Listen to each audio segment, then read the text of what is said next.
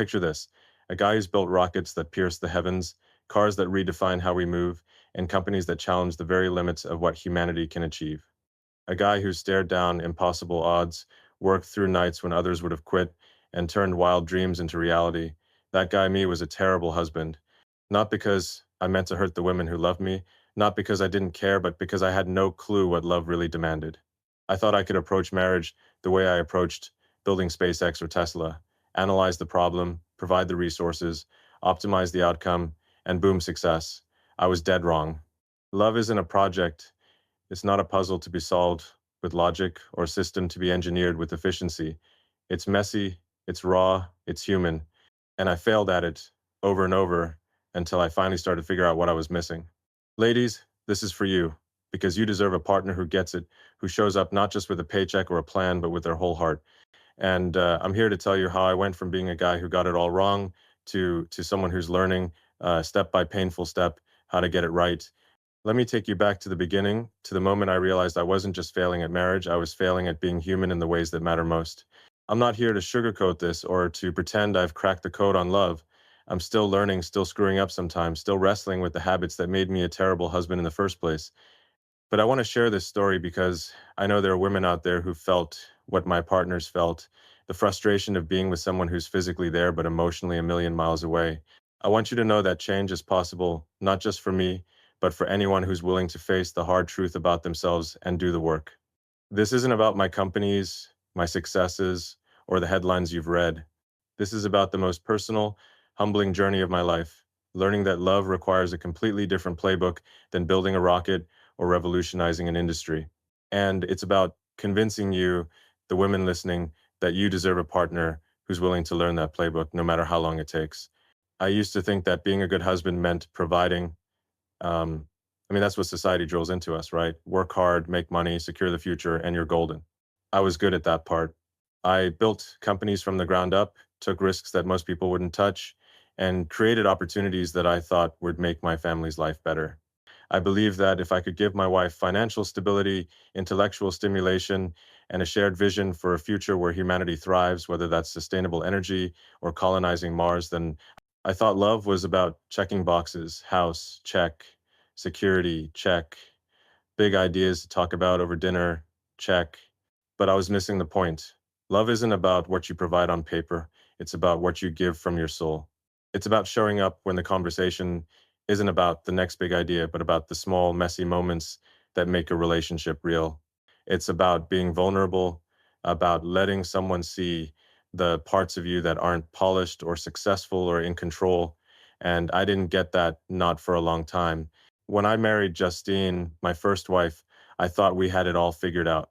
She was brilliant, passionate, someone who could keep up with my relentless drive to change the world.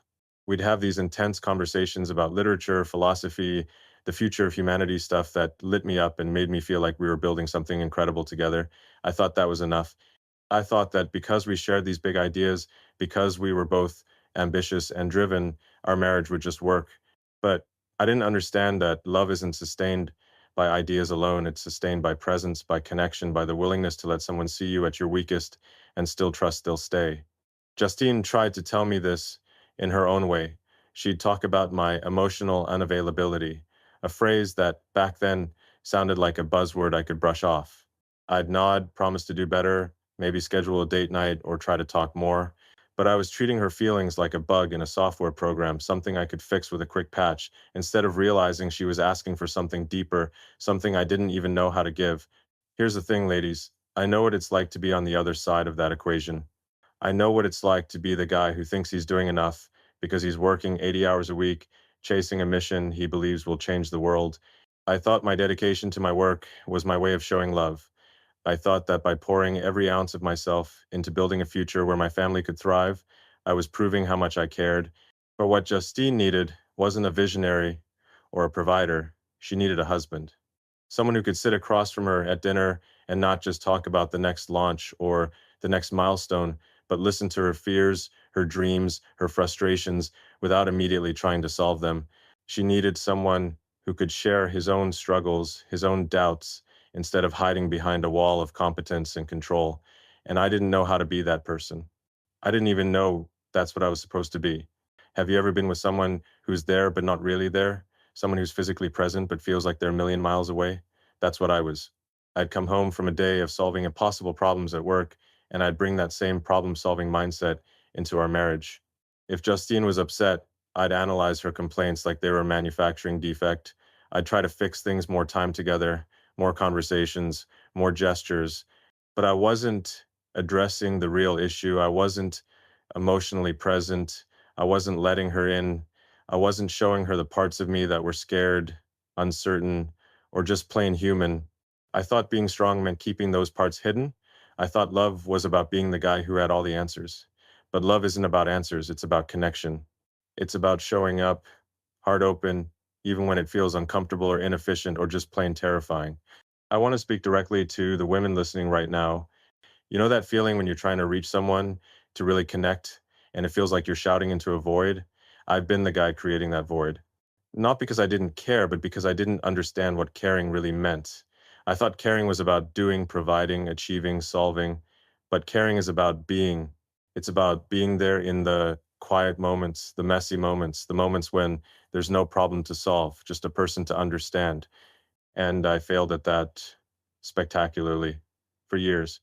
But here's the good news: failure isn't the end, it's the beginning. It's the moment you realize you've got work to do. Not work in the way I used to think of it, like building a rocket or debugging code, but the kind of work that reshapes who you are at your core. This journey I'm sharing with you isn't just about me. It's about every woman who's ever felt like she's asking for too much when she wants a partner who's truly present. It's about every woman who's wondered if she's crazy for wanting more than just a provider or a problem solver. You're not crazy. You're not asking for too much. You deserve a partner who sees you, who hears you, who's willing to do the hard work of learning what love really means.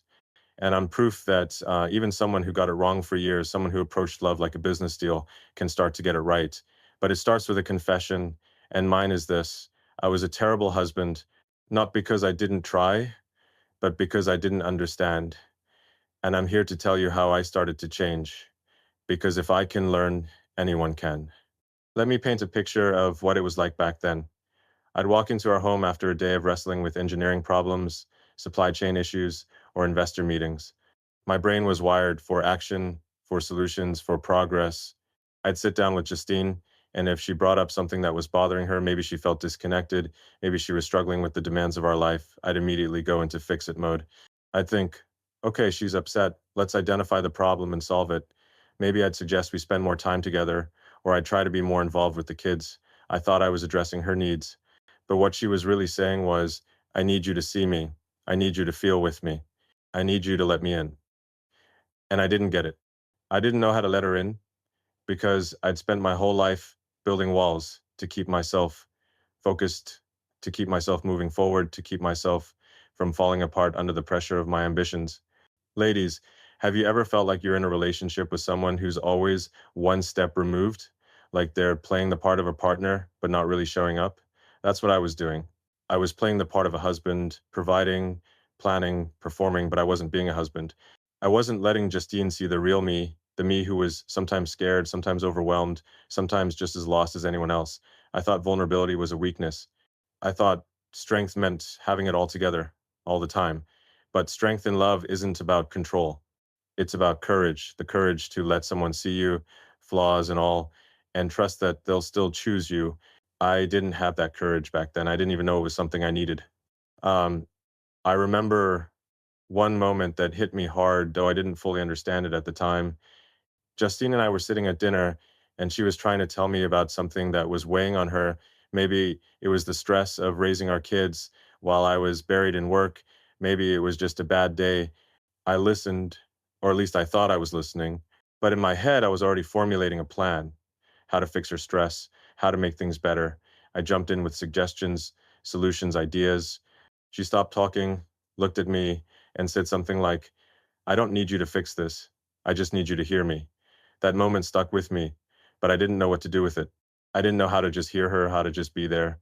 I thought doing was enough. I thought action was love, but action without connection is just noise. I want to pause here and talk to you, the women in the audience. You've probably been in Justine's shoes at some point. You've probably tried to tell a partner how you feel, only to have them respond with solutions. instead of understanding. You've probably felt that ache of wanting to be seen, really seen, and wondered if it's even possible. I'm here to tell you it is possible, but it takes work, not just from you, but from the person you're with. And if they're not doing that work, if they're not showing up the way you deserve, then you have every right to demand more. You have every right to say, I deserve a partner who's all in, not just halfway. Because that's what I learned. The hard way, through years of failing the women who loved me. My failures as a husband weren't because I didn't care, they were because I didn't understand what caring really meant. I thought it was about building a life, securing a future, creating something extraordinary that my family could be part of. But what Justine needed, what any partner needs, is someone who's there for the ordinary moments, the quiet moments, the moments when there's nothing to achieve, just a connection to nurture. I didn't get that, and it cost me my marriage. But it also set me on a path to figure out what I was doing wrong, to learn what love really demands, and to become the kind of partner I wish I'd been from the start. I'm not going to lie to you, this journey wasn't easy. It's still not easy.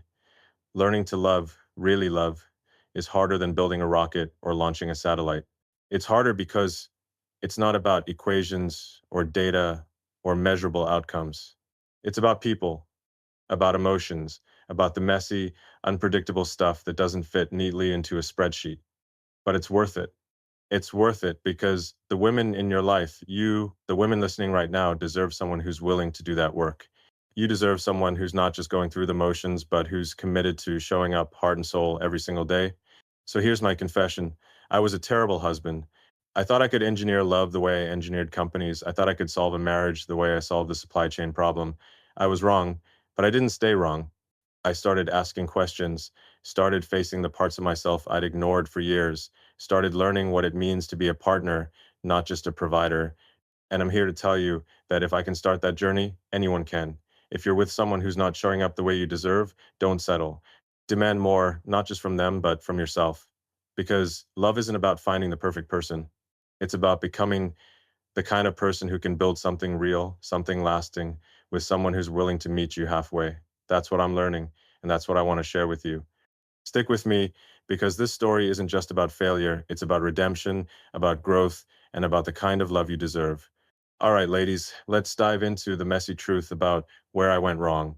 I've already confessed I was a terrible husband, but now I want to unpack the first big mistake I made, one that I suspect a lot of driven, ambitious people make without even realizing it. I treated love like a project, like something I could engineer, optimize, and execute with the same precision I brought to building companies like Tesla or SpaceX. I thought if I could figure out what my wife needed, security, intellectual spark, a shared vision, and deliver those things efficiently, our marriage would hum along like a well-designed machine. Spoiler alert, it didn't. Love isn't a production line. It's not a set of deliverables you check off a list. It's a living, breathing connection that demands something I didn't even know I was missing: emotional presence. I'm sharing this because I know you've been there wanting a partner who doesn't just do the right things but feels with you, who shows up in a way that makes you feel truly seen. Let's walk through how I screwed this up and what it taught me about what you and every woman deserve in a relationship. When I married Justine, I genuinely believed we were set for success. She was brilliant, a writer with a mind that could match my own relentless curiosity. We'd stay up late talking about books, philosophy, the future of humanity, big, heady stuff that made me feel like we were on the same wavelength. I thought that was the foundation of a great marriage. Two people who could dream big together, who could push each other to think deeper, aim higher. I approached our relationship with the same mindset I brought to my work. At the time, I was pouring everything into my companies, working insane hours to keep them alive through financial crises and technical setbacks. I figured marriage worked the same way: identify the inputs, optimize the outputs, and keep the system running smoothly. If Justine needed something, time, money, support, I'd analyze it, provide it, and move on to the next task. Sounds logical, right? Except it wasn't. Love doesn't run on logic alone. It runs on connection, on vulnerability, on the kind of intimacy that can't be quantified or scheduled. Here's where I went wrong. I thought being a good husband meant being a good provider. I'd grown up with this idea that my job was to build a stable, secure life for my family. So I focused on the externals, making sure we had a home, financial security, a future where our kids could thrive. I thought if I could nail those things, the emotional side would just fall into place. I'd come home from a day of fighting battles at work, supply chain issues, engineering puzzles, investor skepticism, and I'd bring that same problem-solving energy into our marriage. If Justine seemed upset or distant, I'd treat it like a glitch in a system. I'd ask myself, what's the issue here? How do I fix it? Maybe I'd plan a date night, or try to talk more about her interests, or make sure I was home for dinner a few nights a week. I thought I was addressing the problem, but I was only scratching the surface. What Justine needed wasn't more effort in the way I understood it. She needed me to be present, to open up, to let her see the parts of me I kept locked away because I thought they made me look weak. Let me paint a picture for you. Imagine a typical evening at our house. I'd walk in after a 14-hour day, my brain still buzzing with calculations and timelines. Justine would be there, maybe juggling the kids or working on her own projects, and she'd try to talk to me about something real, maybe how overwhelmed she felt, or how she was struggling to balance her own ambitions with our chaotic life. I'd listen, or at least I'd think I was listening, but in my head, I was already breaking her words down into actionable steps. Okay, I'd think, she's stressed.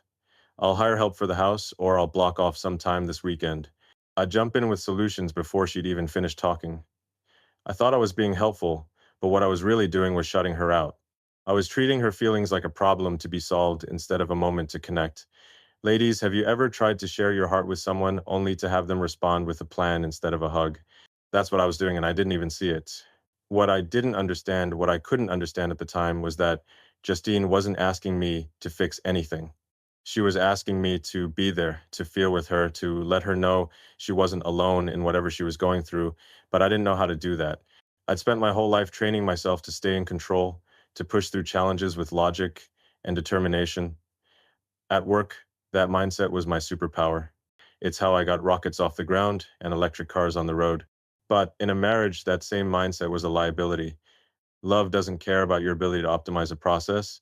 It cares about your ability to open your heart, to sit with someone in their pain or joy or uncertainty without trying to control the outcome. And I was terrible at that. I thought if I could just keep the machine of our life running smoothly, bills paid, kids fed, future secured, then I was doing my part. But Justine didn't need a machine. She needed a partner. I remember one conversation that still haunts me. We were sitting in our living room, the kids asleep upstairs, and Justine was trying to tell me how she felt disconnected, like I was more married to my work than to her. I heard her words, but I didn't hear her. I jumped straight into defense mode. I'm working this hard for us, I said. Everything I'm doing is to build a future for our family, for humanity. I thought I was making a compelling case, like I was presenting a business plan to an investor. But Justine just looked at me, her eyes tired, and said something like, I don't need you to save the world. I need you to be here with me. That hit me like a punch, but I didn't know what to do with it. I didn't know how to be here in the way she meant. I thought being here meant showing up physically, checking in, going through the motions, but being here, really, being here means letting someone into your inner world, sharing your fears, your doubts, your messy human side. And I had no idea how to do that. Ladies, I know you felt this. You've been with someone who thinks they're doing enough because they're providing, because they're showing up in the ways they think matter, but you know it's not enough. You know that love isn't just about the house or the bank account or the grand gestures. It's about the quiet moments, the moments when you just want someone to hold your hand and say, I get it. I'm here. I was the guy who didn't get that, and it cost me. It cost Justine. It cost us the chance to build something deeper, something real. But here's the thing, I didn't see it at the time. I thought I was doing everything right. I thought my dedication to my work, my obsession with building a better future, was the ultimate expression of love. I thought if I could just keep pushing forward, keep solving problems, keep building, then everything else would fall into place. But love doesn't work that way. It's not a byproduct of success. It's a choice, a commitment, a daily act of showing up in ways that don't come naturally to someone like me. I want to talk to you about what this means for you, because this isn't just my story, it's yours too. Every woman who's ever felt like she's fighting for a connection that her partner doesn't even see, this is for you. You deserve a partner who understands that love isn't a transaction. It's not about what you can provide or achieve or fix. It's about being present, about letting someone in, about building a bond that can withstand the chaos of life. And I'm here to tell you that I was the guy who got it wrong, but I'm also the guy who's learning to get it right. I'm learning that love requires a different kind of intelligence, not the kind that solves equations or builds rockets, but the kind that listens, that feels, that stays even when it's hard. Let me give you another example. There was a time when Justine and I were planning a big move. one that would take us closer to where my companies were based. It was a logistical nightmare, coordinating the kids, the house, the work schedules. I approached it like a project manager. I made lists, set timelines, delegated tasks. I thought I was being a great husband by taking charge, by making sure everything went smoothly. But Justine wasn't just stressed about the logistics. She was stressed about what the move meant for her, for our family, for the life we were building. She tried to talk to me about her fears of losing her own identity in the whirlwind of my ambitions. And I didn't hear her. Um, I was too busy optimizing the move, checking boxes, making sure the machine kept running. I missed the chance to connect with her, to reassure her, to show her that I valued her feelings as much as I valued the plan. That's what I mean by treating love like a project. I was so focused on the outcome that I forgot about the person. Ladies, have you ever felt like you're just a piece of someone else's puzzle? Like your partner is so caught up in their goals, their plans, their vision, that they forget you're a person with your own dreams, your own fears? I was that guy. I was so focused on building the future that I forgot to build the present.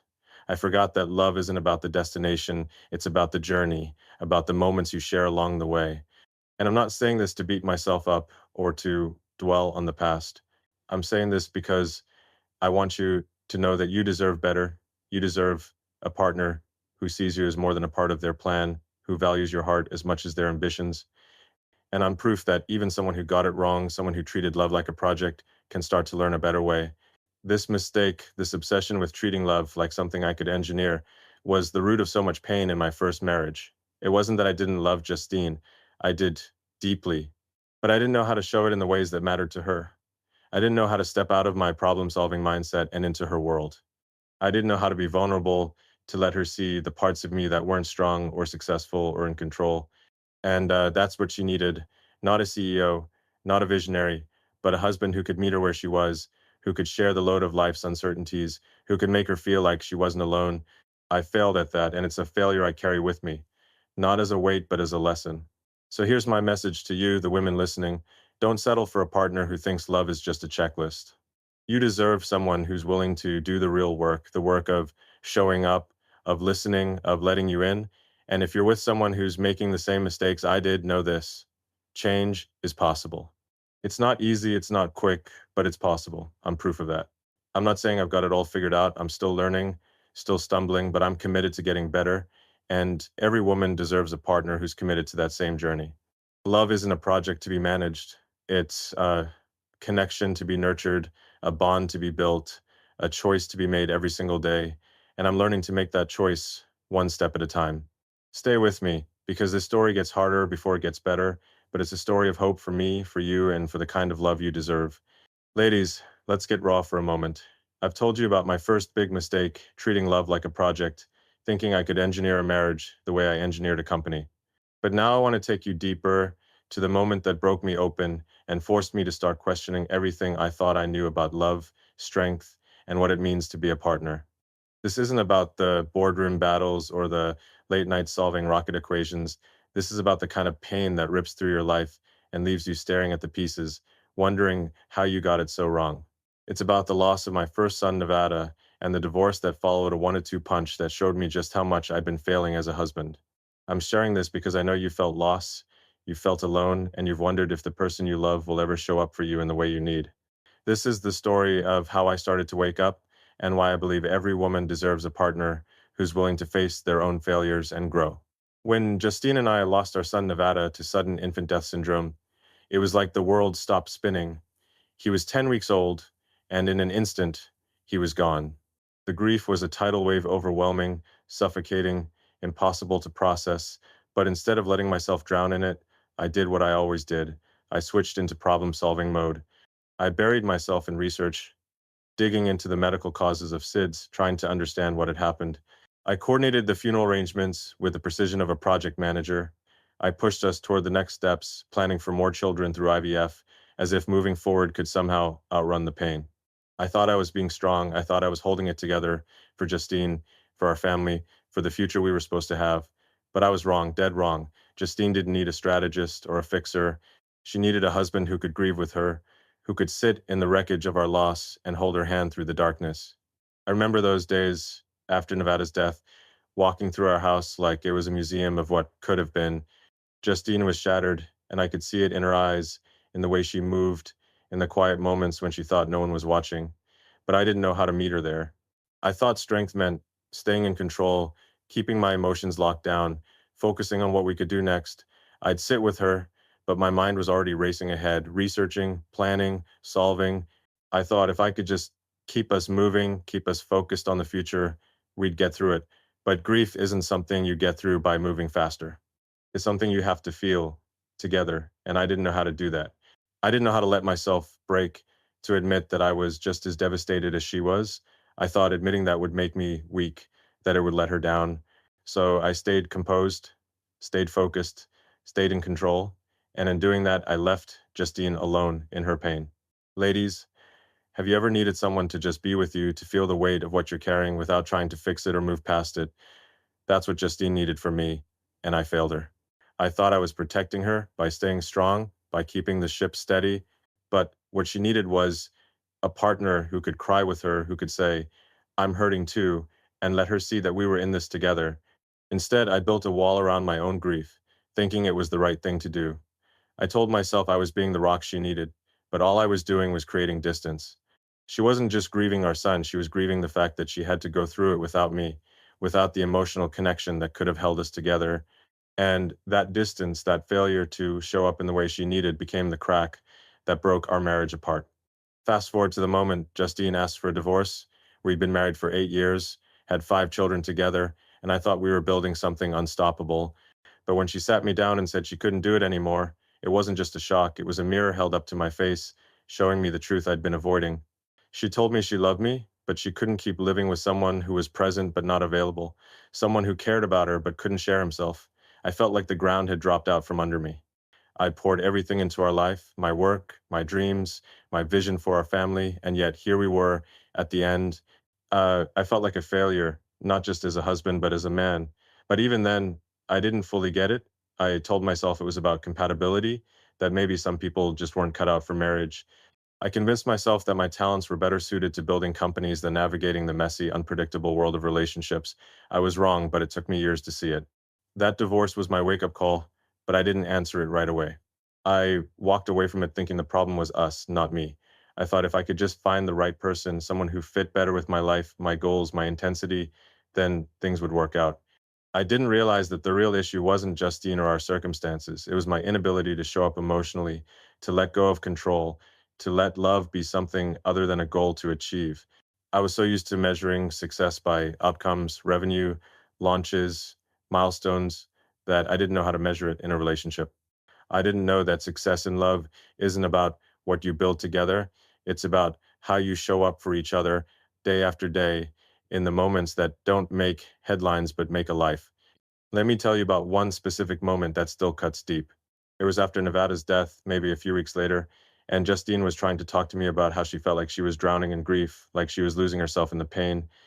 I listened, but I didn't hear. I jumped in with ideas. Maybe we could see a counselor. Maybe we could take a trip to get away from it all. Maybe we could focus on the kids we still had. I thought I was helping, but I was pushing her away. She looked at me, tears in her eyes, and said something like, I don't need you to plan our way out of this. I need you to feel it with me. I didn't know what that meant. I didn't know how to feel it. I'd spent my whole life training myself to stay focused, to push through pain, to keep moving forward no matter what. But love doesn't work that way. Love asks you to stop, to sit in the pain, to let it wash over you and trust that you'll come out the other side together. I couldn't do that, and it left Justine carrying the weight of our loss alone. Ladies, I know you've been there.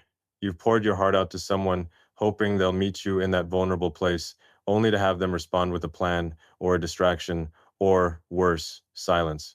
It's a lonely feeling, isn't it? Like you're standing in the middle of a storm, and the person who's supposed to be your shelter is nowhere to be found. I was that person, and I hate that I was. But I'm telling you this because I want you to know that you deserve better. You deserve a partner who can stand with you in the storm, who can hold you without trying to fix you, who can share their own pain so you know you're not alone. And I'm proof that even someone who failed as spectacularly as I did can start to learn how to be that partner. The loss of Nevada and the divorce that followed were the moments that cracked me open. They forced me to start asking questions I'd never asked before. Why was I so afraid to feel? Why did I think strength meant hiding my pain? Why couldn't I gave Justine what she needed, even when she was spelling it out for me. I didn't have the answers then, but those questions were the beginning of something new. They were the first sparks of awakening, the first signs that I needed to rethink everything I thought I knew about love. I didn't change overnight hell. I'm still changing now, but those moments planted a seed. They made me realize that being a good husband wasn't about being the strongest guy in the room. It was about being the most open, the most connected, the most willing to show up, even when it hurt. I want to speak directly to you, the women listening. You've probably felt that loneliness, that ache of wanting a partner who's truly there, not just physically, but emotionally, wholeheartedly. You've probably wondered if you're asking for too much when you want someone to share the load, not just of life's logistics, but of its heartaches. You're not asking for too much. You're asking for what you deserve, a partner who's willing to do the work, to face their own shortcomings, to grow into the kind of person who can love you the way you need to be loved. I was the guy who didn't get it, who thought love was about doing instead of being. But I'm learning, and if I can learn, anyone can. The pain of losing Nevada and losing my marriage to Justine was a brutal teacher, but it taught me that love isn't about control, it's about connection. Um, and every woman deserves a partner who's willing to learn that lesson, no matter how hard it is. This isn't the end of the story. The divorce was just the beginning of a long, messy journey to figure out what I was doing wrong and how to do better. I stumbled, I failed again, but I kept going. And I'm here to tell you that the journey is worth it, not just for me, but for anyone who wants to love better, to be better. Ladies, you deserve a partner who's all in, who's willing to face the pain, to do the work, to show up in the ways that matter most. And I'm proof that even a guy who got it wrong for years can start getting it right. Keep listening, because this story isn't just about loss, it's about what comes after, about the awakening that can change everything. Ladies, let's get real about what happens when you think you've learned your lesson, but life shows you you're still missing the mark. I've told you about my failures with Justine, how I treated love like a project, how I failed to show up emotionally during our darkest moments, how our divorce woke me up to my shortcomings. I thought I'd taken those lessons to heart, that I'd figured out how to be a better husband. Enter Tallulah Riley, a woman whose brilliance and creativity lit up my world. I went into that relationship determined to do things differently, more attentive, more communicative, more present. But here's the brutal truth. I was still playing the same old game, just with better moves. I was performing the role of a good husband without addressing the deeper issue, my inability to be emotionally vulnerable, to truly connect. This chapter of my story is about how I repeated my mistakes, how I learned that love isn't about checking boxes, and why every woman deserves a partner who's willing to bare their soul, not just show up for the highlight reel. When I met Tallulah, I was still reeling from the end of my marriage to Justine, but I was also brimming with resolve. I'd failed once, and I wasn't going to let it happen again. Tallulah was different. She was an actress, a storyteller, someone who could match my intensity with her own creative fire. We'd spend hours talking about art, technology, the wild possibilities of the future. I thought we were building something unbreakable, something that could withstand the chaos of my life. SpaceX launches failing, Tesla teetering on the edge, my brain constantly spinning with a million problems to solve. I told myself I'd be better this time. I'd make time for her, support her dreams, show her I was all in. I thought if I could just do more, plan better dates, be more involved in her world, show up for her projects, I'd be the husband she deserved. But I was wrong. Love isn't about doing more, it's about being more, and I was still holding back the one thing that mattered most, my heart. Our first marriage was full of hope. We'd laugh together, dream together, chase big ideas side by side. I'd show up for her premieres, cheer on her creative projects, make sure she had everything she needed to shine. I thought I was nailing it. I learned from Justine, right? I was being more attentive, more engaged.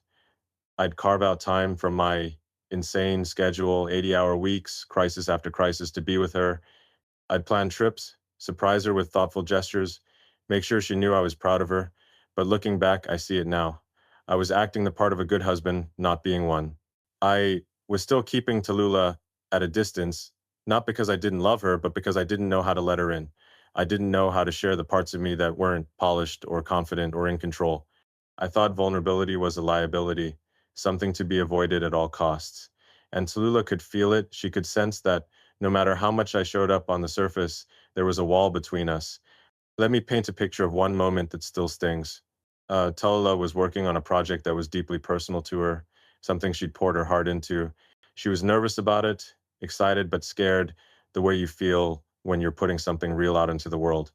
We were sitting in our living room one evening, and she started opening up about it, her fears of failing, her hopes for what it could become, the vulnerability of putting herself out there.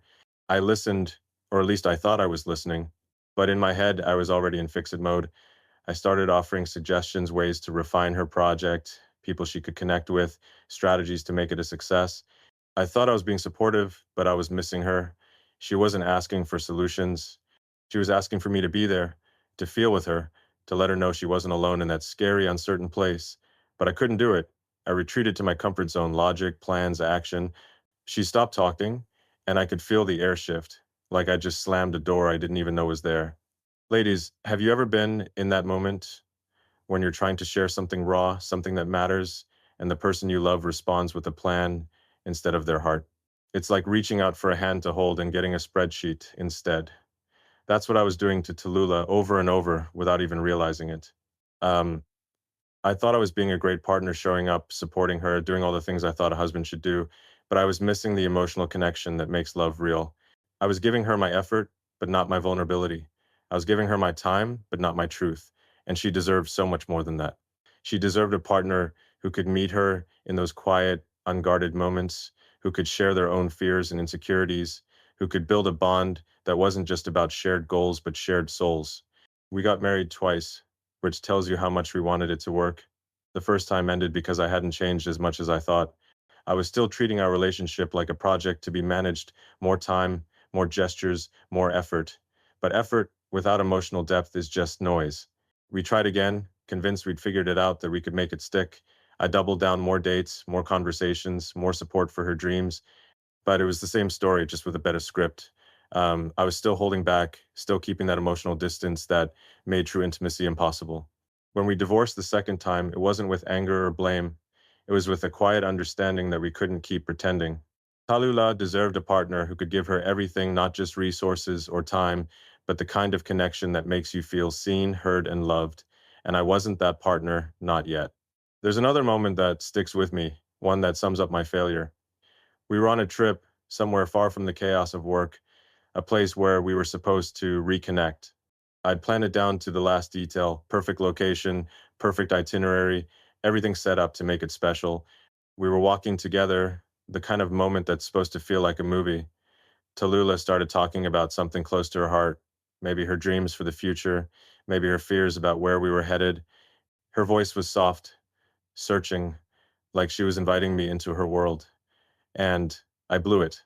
Instead of listening, instead of meeting her in that vulnerable space, I started talking about the next steps, our schedule, my companies, the practical stuff that always felt safer to me. I thought I was keeping us on track, but I was derailing us. She went quiet, and I could feel the distance grow, like a chasm opening up between us. I'd missed her again because I didn't know how to be there in the way she needed. Ladies, you've felt this, haven't you? That moment when you're reaching out, hoping for a connection, and the person you love just doesn't get it. It's not that they don't care, it's that they don't know how to show up. That was me with Tallulah. I cared about her deeply, but I didn't know how to give her the emotional presence she deserved. I thought I was doing enough, showing up, supporting her, being there in all the ways I thought mattered. But love isn't about doing enough. It's about being enough. Being the person who can open their heart, who can share their fears, who can sit with someone in their vulnerability without trying to fix it. I wasn't that person, and it cost us our marriage. This second divorce was a gut punch, but it was also a turning point. It forced me to start asking harder questions, not just about what I was doing wrong, but why. Why was I so afraid to let Tallulah in? Why did I keep falling back on plans and solutions instead of connection? Why was I so good at building companies but so bad at building intimacy? I started to realize that the problem wasn't Tallulah or Justine or even our circumstances. The problem was me, my inability to be vulnerable, to let go of control, to trust that love could hold us together even if I wasn't perfect. I thought I'd learned my lesson after Justine, but I was still making the same mistakes, just with a different face. And that realization hit me hard. If I didn't change, really change, I'd keep repeating this cycle forever. Ladies, I want to speak directly to you. You deserve a partner who's willing to do more than just show up. You deserve someone who can meet you in the messy, vulnerable moments, who can share their own heart instead of just their plans. And I'm here to tell you that even someone like me, someone who failed twice, who thought love was a project to be managed can start to get it right. But it takes work, real work, the kind that's harder than launching a rocket or building a car company. It takes facing the parts of yourself you've spent a lifetime avoiding. And every woman deserves a partner who's willing to do that work, who's willing to show up not just with their effort, but with their soul. This part of my story isn't about the end, it's about the beginning of something new. The end of my marriage to Tallulah was the moment I started to see that I couldn't keep performing love. I had to live it. I had to learn how to be vulnerable, how to connect, how to be the kind of partner I'd never been before. And that's where the real journey begins, not with grand gestures or perfect plans, but with the quiet, scary work of opening your heart. Stay with me, because this story is about more than failure. It's about the hope that comes from facing yourself and choosing to grow. Ladies, let's talk about the moment when the fog starts to clear, when you finally see the patterns you've been blind to for years. I've walked you through my failures treating love like a project with Justine, failing to show up emotionally in our darkest moments, and repeating those same mistakes with Tallulah, thinking I could perform my way into being a better husband. But now we're at a turning point, a shift where I began to recognize my own limits, not just as a husband, but as a human being trying to love someone deeply. This chapter is about my relationship with Claire Boucher, known to the world as Grimes, and how it forced me to confront the truth I'd been dodging, that my inability to be emotionally vulnerable wasn't just a quirk, it was a barrier to the kind of love I wanted but didn't know how to create. I'm sharing this because I know you've been with someone who seems to care but can't quite get there. And I want you to know that change is possible, even for someone like me who spent years getting it wrong. This is about hope, about growth, and about what every woman deserves from a partner willing to face their own shortcomings. When I met Claire, I was at a different place in my life. The divorces from Justine and Tallulah had left scars, not just on my heart, but on my understanding of myself. I wasn't the same guy who thought love was a checklist or that showing up physically was enough. I was starting to see the cracks in my approach, but seeing them and fixing them are two different things. Claire was unlike anyone I'd ever met, an artist, a visionary, someone who lived in a world of creativity and chaos that both fascinated and challenged me. She understood the kind of obsession that drove my work, the relentless need to create something bigger than yourself. But she also saw the cost of that obsession, the way it could swallow everything else if you let it. With Claire, I started to open up in ways I hadn't before, not because I had it all figured out, but because she demanded authenticity in a way that made me want to try harder. Our relationship began with a spark that felt different. We talked for hours about music, technology, the wild edges of human imagination. I'd listen to her ideas, not just as a sounding board, but as someone who was genuinely inspired by her mind. I thought I was being a better partner, already more engaged, more open, more willing to share the parts of myself I'd kept hidden. But here's the thing, thinking you're better and actually being better are worlds apart. I was still carrying the same baggage, my instinct to retreat into logic when things got messy, my fear of vulnerability, my tendency to prioritize work over everything else. Claire saw through that. She wasn't just looking for a partner who could keep up with her intellectually. She wanted someone who could meet her emotionally, who could share the messy, unpolished parts of themselves without running away. And I struggled with that, even as I tried to be different. One moment stands out, vivid and raw. We were in the middle of a chaotic time. My companies were in overdrive, and Claire was deep in her own creative process, working on music that pushed boundaries in ways I couldn't even wrap my head around. We were sitting together one night, surrounded by the hum of our respective worlds, and she started talking about something personal, not a problem to solve, but a feeling, a fear, a piece of her soul she was laying bare. Maybe it was about the pressure of creating art under scrutiny, or the weight of balancing her identity with our life together. Her voice was soft, almost hesitant, like she was testing whether I'd really show up for her. And for once, I tried to listen, not to fix, not to plan, but to hear her. I tried to share something back, piece of my own uncertainty, maybe about the fear of failing at my work or the pressure of carrying so many dreams. But it was hard. My instinct was to pivot, to offer a solution, to move the conversation to safer ground. I caught myself, but not before I saw the flicker in her eyes, a mix of hope and frustration, like she wanted me to get there but wasn't sure I could. Ladies, you've been in that moment, haven't you? When you open your heart, hoping the person you love will meet you halfway, and you can feel them trying but falling short. That's what I was doing with Claire. I was trying harder than I ever had, but I was still learning how to be vulnerable. I was still wrestling with the part of me that wanted to stay in control, to keep my fears and doubts locked away where they couldn't make me look weak. But Claire didn't need me to be strong in the way I'd always defined it. She needed me to be real, to show her the parts of me that weren't the CEO or the visionary, but just the man who was scared sometimes, who didn't have all the answers, who was trying to figure out how to love her the way she deserved. And I was starting to see that, starting to understand that love wasn't about being the guy who had it all together, but the guy who was willing to let it all fall apart if it meant building something deeper. When we had our son, it changed everything. Becoming a father again, this time in a relationship where I was trying to be more open, more present, gave me a new lens on what love could be. I'd hold him, look into his tiny face, and feel this overwhelming need to be better, not just for him, but for Claire, for us.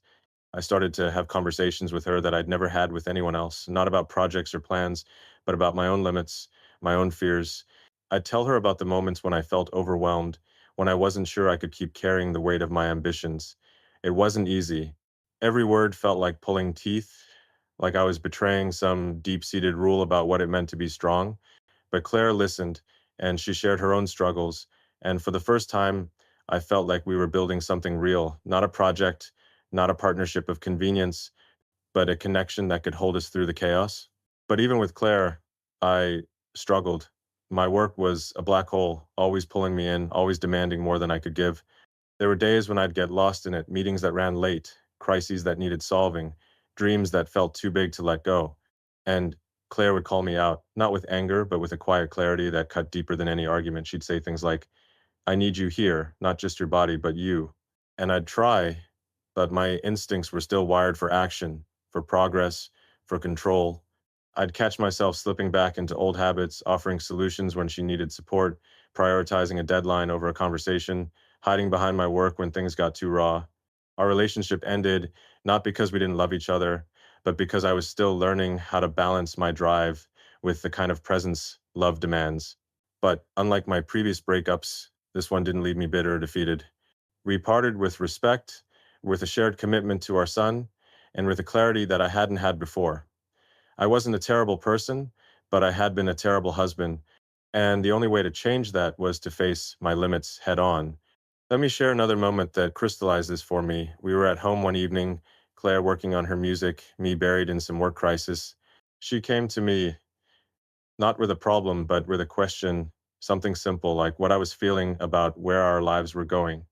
It wasn't a test, but it felt like one.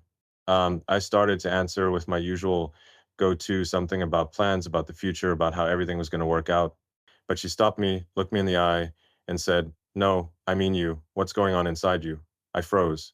I didn't know how to answer that. My whole life, I've been trained to focus on the external goals, outcomes, results, but she was asking for something internal, something I'd spent years avoiding. I tried to dig deep to find something real to say, but it was like trying to speak a language I'd never learned. I managed to mumble something about feeling stretched thin, but it felt hollow, and I knew it. She didn't push, but I could tell she wanted more, not more words, but more of me. Ladies, you know that feeling, don't you, when you're asking for a piece of someone's heart and they give you a piece of their mind instead? It's not that they don't care, it's that they don't know how to go there. That was me with Claire. I cared deeply, but I was still learning how to show it in a way that mattered. I was starting to see my limits not as a failure, but as a starting point. I was starting to understand that love wasn't about being perfect or having all the answers. It was about being willing to show up, to be seen, to let someone into the parts of you that aren't polished or put together. And Claire helped me see that not because she demanded it, but because she lived it. She showed me what authenticity looked like, and it made me want to be better. This turning point wasn't a single moment. It was a slow, messy realization that I'd been approaching love all wrong. With Claire, I started to see that my fear of vulnerability wasn't just a personality trait. It was a wall I'd built to protect myself, and it was keeping me from the kind of love I wanted. I started to talk about my struggles, not just with her, but with myself. I started to ask questions I'd never asked before. Why was I so afraid to let go? Why did I think strength meant hiding my weaknesses? Why was it so hard to prioritize a conversation over a deadline? These questions didn't have easy answers, but they were the beginning of something new, a shift from performing love to living it. Ladies, I want to speak to you directly. You deserve a partner who's willing to face their limits, who's not afraid to admit they don't have it all figured out. You deserve someone who can show up with their whole heart, not just their best intentions. And I'm here to tell you that even someone like me, someone who failed multiple times, who thought love was about doing instead of being, can start to change. It's not easy, it's not quick, but it's possible. And every woman deserves a partner who's willing to take that journey, to confront their own shortcomings, to learn how to love in a way that makes you feel seen, heard, and cherished. My time with Claire wasn't perfect, but it was a turning point, a moment when I started to see that love wasn't about being the strongest guy in the room, but the most open. Stay with me, because this story is about more than just my failures. It's about the hope that comes from facing yourself and choosing to grow. Ladies, let's talk about what happens when you hit rock bottom, not in your career, not in your bank account, but in your ability to love. I've taken you through my failures with Justine, my repeated mistakes with Tallulah, and the turning point with Claire, where I started to see my own limits. But seeing your flaws isn't enough. You have to do something about them. That's where this chapter begins, with the decision to face the parts of myself I'd spent a lifetime avoiding. After my relationship with Claire ended, I did something I'd never done before. I started working with a therapist. Yes, me, the guy who thought he could solve anything with logic and grit, sitting down to talk about feelings. It was harder than building a rocket, harder than turning a car company around, but it was the most important work I've ever done. This is about how I began to learn what love really requires, not just showing up, but opening up, not just doing, but being. And I'm sharing this because every woman deserves a partner who's willing to do that hard work, to transform themselves into someone who can love you the way you need to be loved. Therapy wasn't something I ever thought I'd need. I'd spent my life tackling problems head on: engineering challenges, financial crises, impossible deadlines. If something was broken, I'd analyze it, break it down, and fix it. But after 3 failed relationships, I couldn't ignore the pattern anymore. It wasn't just bad luck or bad timing, it was me. I was the common denominator, and I had to figure out why. So I found a therapist who specialized in relationships and attachment, someone who could help me dig into the mess of my emotional wiring. Let me tell you, walking into that first session felt like stepping onto an alien planet. I was used to being the guy with the answers, the guy who could outthink any problem. But this wasn't about thinking, it was about feeling, and I was completely out of my depth. The first thing my therapist did was ask me to talk about myself, not my companies, not my goals, but me. What was I feeling? What was I afraid of? What did I want from my relationships? I froze. I didn't know how to answer those questions. My whole life, I defined myself by what I did building rockets, revolutionizing transportation, pushing humanity forward.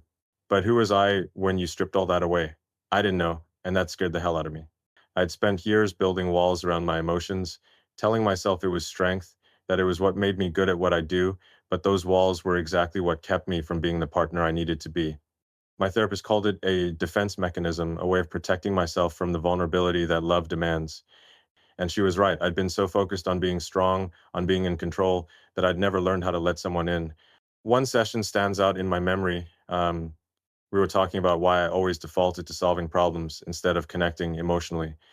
My therapist asked me to think about a moment when I felt truly seen by someone, truly understood. I struggled to come up with an answer. I could think of moments when I'd been praised for my work, admired for my ideas, respected for my achievements, but being seen for who I was, not what I did, that was harder. I remembered a time with Claire when we were just sitting together, no agenda, no crisis, just talking about the weird, messy stuff that makes us human. She'd shared something raw about her own fears, and I tried to open up in return, fumbling through my own uncertainties. It wasn't perfect, but it was real, and it felt like a glimpse of what I'd been missing. My therapist pushed me to explore why those moments were so rare, why I kept retreating to the safety of logic and action instead of staying in that vulnerable space. And that's when it hit me. I was afraid, afraid of being weak, afraid of being judged, afraid of losing control. Ladies, have you ever been with someone who seems to care but can't quite let you in? Someone who's great at the big gestures but clams up when it's time to share their heart? That was me, and I'm not proud of it. But therapy helped me see that my fear of vulnerability wasn't just a quirk, it was a barrier to the kind of love I wanted. I started to unpack where it came from, how I'd learned to equate strength with self reliance, how I'd convinced myself that showing weakness was a failure.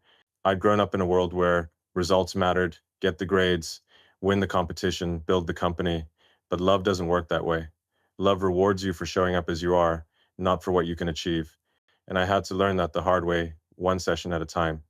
Another moment that shifted things for me was when my therapist asked me to imagine what Justine or Tallulah or Claire might have needed from me in our toughest moments.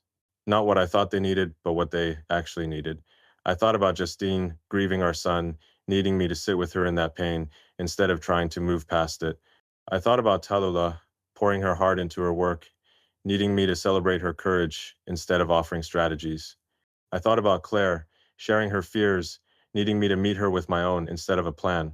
I realized I'd been treating their emotional needs like problems to be fixed, not experiences to be shared. I'd been so focused on doing, providing, solving, achieving, that I'd missed the being. And that realization was like a punch to the gut.